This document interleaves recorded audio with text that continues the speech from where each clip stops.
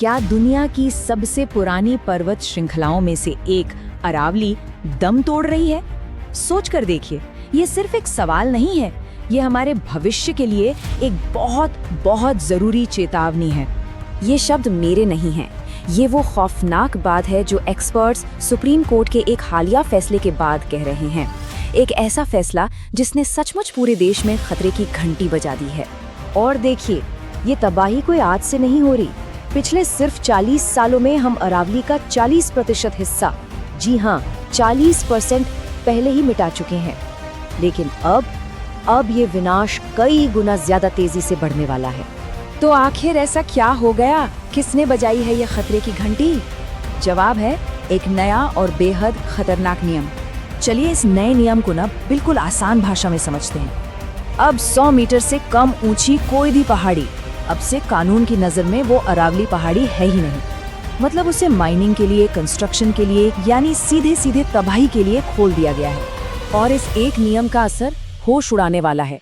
रातों रात इस हजारों साल पुरानी पर्वत श्रृंखला का 60% हिस्सा 60% अब खनन और निर्माण करने वालों के रहमो करम पर है। सिर्फ 40% को ही अब कानूनी सुरक्षा मिली हुई है। तो इस पूरी कहानी में, इस पर्यावरण की त्रासदी में विलेन कौन है और विक्टिम कौन? कौन है जो इससे मोटा मुनाफा कमा रहा है और कौन है जो इसकी सबसे बड़ी कीमत चुका रहा है? एक तरफ है माइनिंग माफिया, उनसे मिली ही ब्यूरोक्रेसी और पॉलिटिक्स, जिनके लिए ये पहाड़ सिर्फ पैसा है।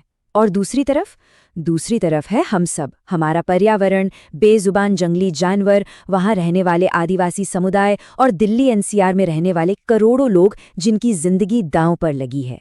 लेकिन सवाल ये है कि हम इस मोल पे पहुंचे कैसे? आखिर इस तबाही के पीछे कौन सी ताकतें काम कर रही हैं?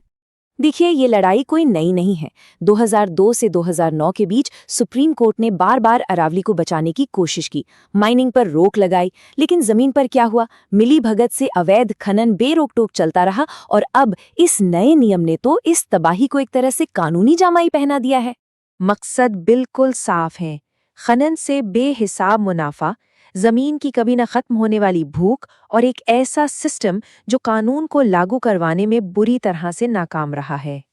आपको शायद लग रहा हो कि ये तो कहीं दूर के पहाड़ों की कहानी है, हम पर इसका क्या असर होगा? दोबारा सोचिए, अरावली का विनाश दिल्ली एनसीआर में रहने वाले हर इंसान की सेहत और भविष्य पर एक सीधा हमला है। समझिए, अरावली सिर्फ पहाड़ नहीं है, ये हमारे हरे फेफड़े हैं जो हमारी हवा को साफ करते हैं। ये हमारी आखिरी ढाल हैं जो हमें रेगिस्तान की गर्म हवाओं से बचाते हैं। माइनिंग कर करके अरावली में 12 बड़े बड़े गैप यानी सुराख कर दिए गए हैं। ये गैप अब थार रेगिस्तान की जहरीली धूल और गर्मी के लिए एक सुपर हाईवे बन गए हैं जो सीधा हरियाणा और दिल्ली तक आते हैं। जो धूल भरे तूफान हमारा दम घोंट रहे हैं, ये उसी का नतीजा है। और सिर्फ हवा नहीं, पानी भी। अरावली हमारी वाटर लाइफलाइन है। गुड़गांव में जमीन का पानी हर साल खतरनाक रफ्तार से नीचे जा रहा है, क्योंकि हम उन्हीं पहाड़ियों को मिटा रहे हैं जो जमीन में पानी को रिचार्ज करती थीं।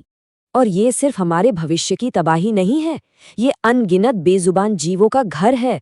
300 से ज्यादा तरह के पेड़ पौधे, 120 से ज्यादा तरह के पंछी और जानवर, उनकी पूरी दुनिया मुनाफे के लिए उजाड़ी जा रही है। तो इसका असर हम सब पर क्या होगा? जिस हवा में हम सांस लेते हैं वो और जहरीली होगी, जो पानी हम पीते हैं वो और कम होगा, हमारे आसपास की कुदरत खत्म हो जाएगी। यही वो विरासत है जो हम अपनी अगली पीढ़ी के लिए छोड़ रहे हैं। इन सब के बाद आखिर में सिर्फ एक सवाल बचता है, और शायद सबसे जरूरी सवाल। जब हमारी हवा, हमारा पानी, हमारा भविष्य ही दांव पर लगा हो, तो क्या खामोश रहना सही है? ये सवाल नेताओं या जजों के लिए नहीं है, ये हम सब के लिए है।